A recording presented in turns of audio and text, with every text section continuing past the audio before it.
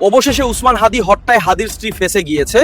আজ নতুন তথ্য প্রকাশ হয় হাদির মামলার বিষয়ে। অবশেষে মুখ খুললেন শহীদ ওসমান হাদির স্ত্রী। পর্দার আড়াল থেকে বলেন, একে একে সামনে আসছে ওসমান হাদির হত্যাকাণ্ডের পেছনের চাঞ্চল্যকর তথ্য। বেরিয়ে এসেছে হাদি হত্যার মাস্টারমাইন্ডও। এদিকে আজ উসমান হাদির মামলা তদন্তে হাদির স্ত্রী ফেঁসে গিয়েছে। উসমান হাদির মামলার পিছনে অনেকের নামই এবার বেরিয়ে আসে।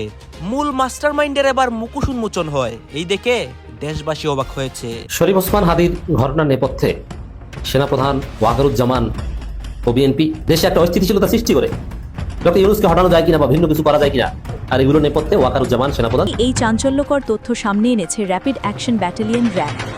র্যাব জানায়, হাদিকে হত্যা চেষ্টায় জড়িত দুই প্রধান আসামি এখনো দেশের ভেতরেই অবস্থান করছে। জুলাই সন্ত্রাসের সম্মুখ সারির যোদ্ধা উসমান হাদি, যদিও তার নাম শরীফ ওসমান হাদি বলা হয়, কিন্তু তার প্রকৃত নাম হলো উসমান গনি। নামটাও ধার করে নেওয়া।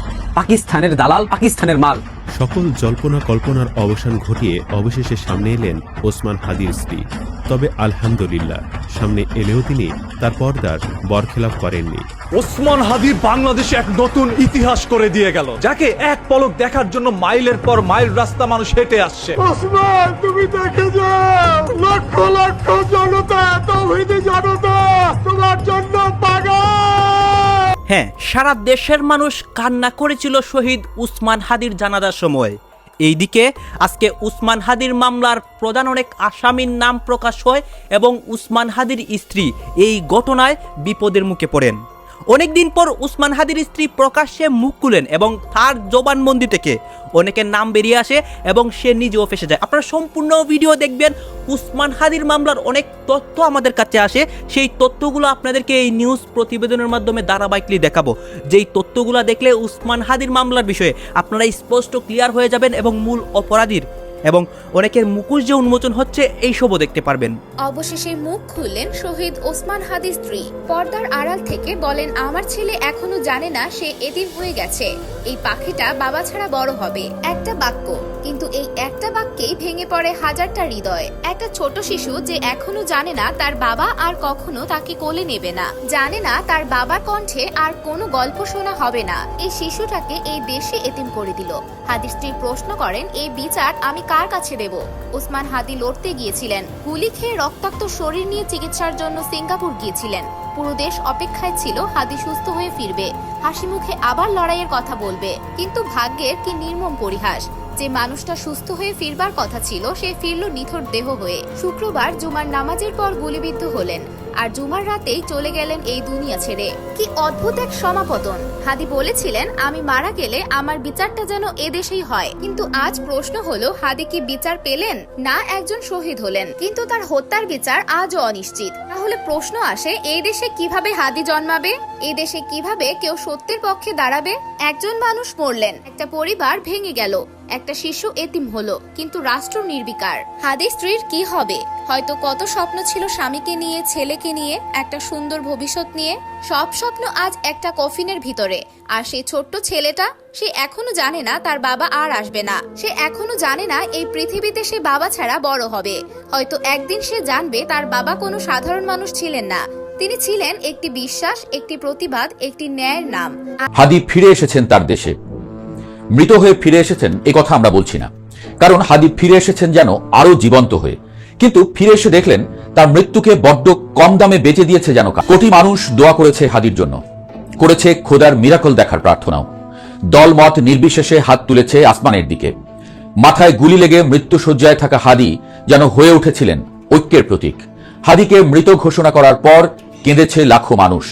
সারা বাংলাদেশে হাদিকে নিয়ে হাহাকার। আশা করা হচ্ছিল হাদির এই জীবনদান বদলে দেবে দেশের মনোভাবই, সবাই গাইবে সাম্যের গান। কিন্তু হাদির মৃত্যুর খবরে সারা দেশ জুড়ে যেন নেমে এসেছে এক অশান্ত ঢেউ। সেই ঢেউয়ে ভেসে গেছে প্রথম আলো, ডেইলি স্টার, ছায়ানট সহ আরো প্রতিষ্ঠানের কার্যালয়। আটকা পড়লেন সাংবাদিকরা। ভয়াল ধোঁয়া, আগুনে জীবনই ছিল হুমকির মুখে। ময়মনসিংহে পিঁপড়ার মতো পুড়ে গেল মানব সন্তান। দূতাবাসে হামলা, পুরো দেশের নানা জায়গায় হামলা, জ্বলল আগুন। মানুষের মন তখন যেন পরিণত হলো ভয় আর আতঙ্কে। জাদুর মতো হাদির মুখ কোনো ছায়ায় যেন ঢেকে গেল। মুখ্য হয়ে গেল দেশের পরিস্থিতি, গৌণ হয়ে গেল হাদির মৃত্যু। আলোচিত সাংবাদিক জুলকারনাইন শায়েরের মতো ব্যক্তিরা বললেন, অতি সস্তায় যেন বেচে দেয়া হলো হাদির খুন। তো কারা অপ্রাসঙ্গিক করতে চায় হাদিকে? হাদিকে একটা নেতিবাচক চরিত্র হিসেবে মানুষের মনে স্থান দিতে চায়। এর আগে আমাদের বিশ্লেষণ করতে হবে হাদিকে ব্যবহার করে কারা লুটছে ফায়দা, কারা খাচ্ছে লাভের গুড়টা, কারা আসলে মারতে পারে হাদিকে, কারা আবার প্রথম আলো, ডেইলি স্টারের মতো প্রতিষ্ঠানে হামলা করলো। এক এক পক্ষ স্বাভাবিকভাবেই একে অপরকে দায়ী করছে। চলুন দেখি বিশ্লেষণ কি বলে। নানা রাজনীতিক এর ব্যাখ্যা নানাভাবে দিয়েছেন। তাদের মতে শেখ হাসিনা একসময় গর্ব করে বলতেন গণভবনে তিনি দুটি নির্দিষ্ট পত্রিকা ঢুকতে দেন না। নাম না বললেও ইশারা ছিল স্পষ্ট। 2018 সালের নির্বাচনের আগে প্রথম আলোর প্রেস বন্ধের রাষ্ট্রীয় চেষ্টা কেবল বিদেশি হস্তক্ষেপে থেমেছিল। জাতীয় সংসদে দাঁড়িয়ে শেখ হাসিনা এই পত্রিকাটিকে দেশের ও জনগণের শত্রু তকমা দিয়েছিলেন। ফটোকার্ড ইস্যুতে মতিউর রহমানের বিরুদ্ধে মামলা কিংবা সারা দেশে মাহফুজ আনামের বিরুদ্ধে মামলার পাহাড় সবই ছিল এক পরিকল্পিত দমনপীড়ন। 2024 সালের নির্বাচনের পর আওয়ামী লীগের মূল এজেন্ডাই ছিল এই মতি মাহফুজ জুটিকে চিরতরে নিষ্ক্রিয় করা। কিন্তু যে কাজ পরাক্রমশালী শেখ হাসিনা এত বছরেও করতে পারেননি তা 19শে ডিসেম্বরের কালো অধ্যায়ে ঘটে গেল। পত্রিকা দুটি প্রকাশিত হতে পারল না, কিন্তু এই আগুনের নেপথ্যের কুশীলব আসলে কারা? সাদা চোখে প্রচারণা চলছে যে হাদির অনুসারীরা পত্রিকা দুটির শিরোনামে ক্ষুব্ধ হয়ে এই কাণ্ড ঘটিয়েছে। শিরোনাম ছিল তফসিল ঘোষণার পর প্রার্থী গুলিবিদ্ধ।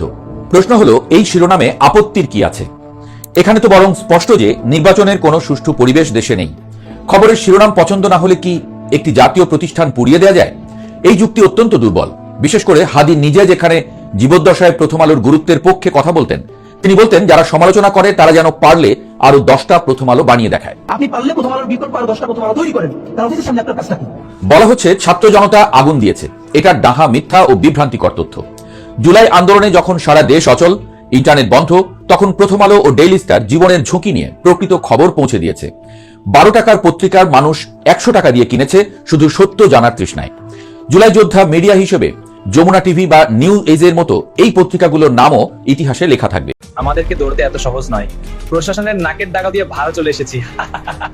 শহীদ ওসমান হাদিকে গুলি করার পর সেদিন রাতেই ফয়সাল করে মাসুদ ওরফে দাউদ খান সীমান্ত পার হয়ে দেশ ছেড়ে পালিয়ে গেছে।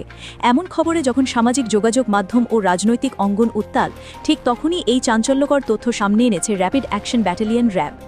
র্যাব জানায় হাদিকে হত্যাচেষ্টায় জড়িত দুই প্রধান আসামি এখনও দেশের ভেতরেই অবস্থান করছে। শুধু তাই নয়, এই মামলায় ফয়সাল করিম মাসুদের ঘনিষ্ঠ সহযোগী কবিরকে গ্রেফতার করেছে রেলের একাধিক চিরুনি। অভিযানে উঠে এসেছে আরও বিস্ময়কর তথ্য। অভিযানের সময় আটক হয়েছেন কুখ্যাত সুব্রত বাইনের মেয়ে মাদার গান নামে পরিচিত বিডিও। পুরো অভিযানটি ছিল একেবারে সিনেমার মতো। গোপন তথ্য, নির্ভুল নজরদারি আর হঠাৎ ঘেরাও। প্রশ্ন উঠছে কিভাবে এত কৌশলে এই দুর্ধর্ষ অপরাধীদের নাগাল পেল ল্যাব। ফয়সাল করে মাসুদ এখন কোথায়, আর তার সহযোগী কবির বাকি তথ্য ছিল যা তদন্তে নতুন মোড় আনতে পারে? এই সব প্রশ্নের উত্তর নিয়ে আজকের এই বিশেষ আয়োজন, তাই পুরো ভিডিওটি দেখার অনুরোধ রইল। অ্যাকশন ব্যাটালিয়নের গোয়েন্দা শাখার এক বিশেষ অভিযানে ওসমান হাদি হত্যাচেষ্টা মামলার মূল সন্দেহভাজন ফয়সালের ঘনিষ্ঠ সহযোগী কবিরকে গ্রেফতার করা হয়। গোপন সংবাদের ভিত্তিতে র্যাবের একটি দল তার আত্মগোপনস্থলে অভিযান চালিয়ে তাকে আটক করে। সোমবার র্যাব সদর দপ্তর থেকে পাঠানো এক খুদে বার্তায় এই তথ্য নিশ্চিত করা হয়। র্যাব জানিয়েছে এই গ্রেফতারির ফলে হাদি হত্যাচেষ্টা মামলার তদন্তে বড় ধরনের অগ্রগতির সম্ভাবনা তৈরি হয়েছে। তদন্ত সংশ্লিষ্টদের ধারণা, কবির কাছ থেকে পাওয়া তথ্যের সূত্র ধরে এই মামলার সঙ্গে জড়িত অন্যান্য শাখা, সহযোগী এবং নেপথ্যের কুশীলবদের চিহ্নিত করা সম্ভব হবে। র্যাব আরও জানায়, গ্রেফতার কবিরকে খুব শিগগিরই মামলার তদন্তকারী সংস্থা ডিবি পুলিশের কাছে হস্তান্তর করা হবে। কিন্তু প্রশ্ন হলো, হাদিকে হত্যাচেষ্টার পর কিভাবে এই অপরাধী চক্র এত দ্রুত ফোনে চলে গেল, আর কেন তাদের ধরতে গিয়ে রীতিমতো হিমশিম খেতে হলো প্রশাসনকে? শহীদ ওসমান হাদিকে গুলি করার পর কোথায় পালিয়ে যায় তার সহযোগীরা? জুলাই সন্ত্রাসের সম্মুখ সারির যোদ্ধা উসমান হাদি, যদিও তার নাম শরীফ উসমান হাদি বলা হয়, কিন্তু তার প্রকৃত নাম হলো উসমান গনি। নামটাও ধার করে নেওয়া, নামটাও জামাতিদের দেওয়া, নামটাও মাহমুদুর রহমানের দেওয়া, ওই আমার দেশ পত্রিকার যে সম্পাদক। আজকে জুলাই জঙ্গি হাদির জানাজার নামাজ সম্পন্ন হয়েছে জাতীয় সংসদ ভবনের সামনে। সেখানে মোটামুটি ভালো একটা উপস্থিতি আমরা লক্ষ্য করেছি। আপনারা নির্দ্বিধায়, নিশ্চিন্তে, এক বাক্যে, অকপটে ভাবতে পারেন আজকের জানাজায় যারা যারা উপস্থিত হয়েছিল সেখানে রাষ্ট্রের দায়িত্বপ্রাপ্ত কর্মচারী কর্মকর্তা ছাড়া সাধারণ নাগরিকের বেশে যারাই গিয়েছিল, এদের মধ্যে শতকরা 95% পাকিস্তানি বীজ থেকে সৃষ্টি। এদের মধ্যে শতকরা 95% পাকিস্তানের দালাল, পাকিস্তানের মাল, এবং এদের 80% জামাতের প্রোডাক্ট। জামাত কি চমৎকার একটা গেম খেলে দিল। হাদিকে হত্যা করেছে কারা? হাদিকে হত্যা করেছে জামাত, সাদেক কাইমকে ঢাকা ৮ আসন থেকে নির্বাচিত করে বের করে নিয়ে আসার জন্য। হাদিকে হত্যা করেছে ফয়সাল করিম দাউদ খান, যে কিনা ভারতে পালিয়ে গেছে। একাধিক জুলাই বিপ্লবী জঙ্গিরা বলতেছে ভারত হাদির হত্যাকারীকে আশ্রয় দিয়েছে, ভারতে পালাতে সহায়তা করেছে। কিন্তু বাংলাদেশ পুলিশ আজকে বিবৃতি দিচ্ছে হাদির হত্যাকারী ভারতে যাওয়ার কোনো তথ্য তাদের কাছে নাই।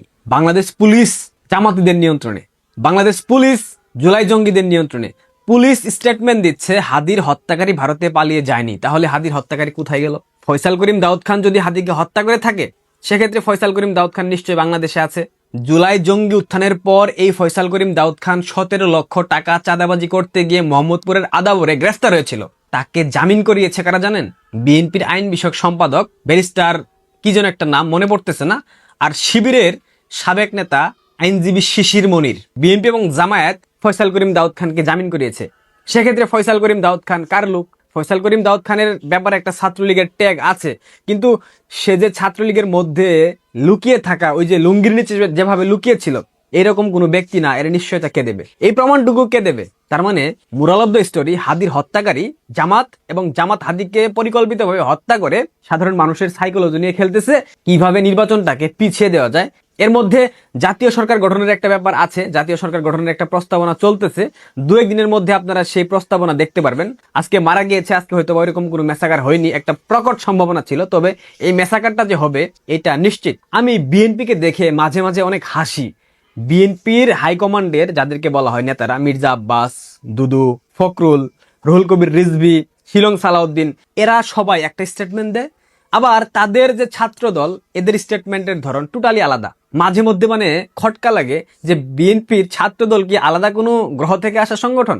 বিএনপির নেতা খোদ মির্জা আব্বাস সাহেব, যার বিরুদ্ধে হাদিকে হত্যার চক্রান্তের একটা অভিযোগ আনা হয়েছিল, মির্জা আব্বাস সাহেব বলতেছে হাদিকে পরিকল্পিতভাবে হত্যা করা হয়েছে। হাদি হত্যা একটা সাজানো ছক, তার মাধ্যমে একটা চক্র স্বাধীনতাকে ভুলিয়ে দিতে চাইছে, 71কে ভুলিয়ে দিতে চাইছে। মির্জা আব্বাস বলতেছে কথা। মির্জা আব্বাস একজন বীর মুক্তিযোদ্ধা। হাদিকে চক্রান্তকারীরা হত্যা করার মাধ্যমে বাংলাদেশের মুক্তিযুদ্ধকে আক্রমণ করার চেষ্টা করতেছে, অথচ ঢাকা বিশ্ববিদ্যালয়ের ছাত্র দলের এক তথাকথিত নেতা শরীফ ওসমান হাদির ঘটনা থেকে বাংলাদেশে রাজনীতিতে অকল্পনীয় কিছু ঘটতে পারে বলে আমিরে জামাত, বাংলাদেশ জামাত ইসলামের আমির ডাক্তার শফিকুর রহমান শঙ্কা প্রকাশ করছেন। দেশ অস্থিতিশীল করার গভীর ষড়যন্ত্র চলছে। কি সেই ষড়যন্ত্র? এবং আমিরে জামাত শঙ্কিত বলে ঐক্যের ডাক দিয়েছেন যে আমাদের সবাইকে ঐক্যবদ্ধ হতে হবে। হ্যাঁ, আমি বিশ্বাস করি যে আমিরে জামাতের সাদিক কায়েমদের সতর্কতার কারণে কোনো ষড়যন্ত্র সফল হতে দিবে না। আপনারা জানেন যে পুরো বাংলাদেশ ক্ষোভে ফেটে পড়ছে, বাংলাদেশি টান টান উত্তেজনা। শরীফ ওসমান হাদির শাহাদাত, শরীফ ওসমান হাদির শোক বাংলাদেশ সইতে পারছে না, এবং এই শোককে কাজে লাগিয়ে ষড়যন্ত্র বাস্তবায়নের চেষ্টা চলছে। আমিরে জামাত নিজে বলেছেন কি সেই ষড়যন্ত্র, কারা সেই ষড়যন্ত্র করছে, এই ব্যাখ্যা আমি দিব। আমরা যারা শরীফ ওসমান হাদির পক্ষে, জামাত, শিবির, এরা তো শরীফ ওসমান হাদি সরাসরি জোটের মিত্র, একসাথে নির্বাচন করে, ইসলামপন্থী। তাহলে এখানে ষড়যন্ত্রটা কারা করছে? ষড়যন্ত্র করছে যারা শরীফ ওসমান হাদিকে হত্যাযোগ্য করেছে, ষড়যন্ত্র করছে বিএনপি। তবে বিএনপি কি স্টার্ট করেছে ষড়যন্ত্র? তাও না, বিএনপি ব্যবহৃত হচ্ছে। বিএনপি এখানে মূল অ্যাক্টর না, বিএনপি এখানে প্রাইম অ্যাক্টর না, বিএনপি এখানে সেকেন্ডারি অ্যাক্টর, এডিশনাল অ্যাক্টর। এখানে প্রাইম অ্যাক্টর হচ্ছে ডিজিএফআই, ষড়যন্ত্র করছে ডিজিএফআই। ডিজিএফআই এখনো রয়ের কথাই চলছে। সেনাবাহিনীতে ভারতপন্থী জেনারেলরা এখানে ষড়যন্ত্র করছে।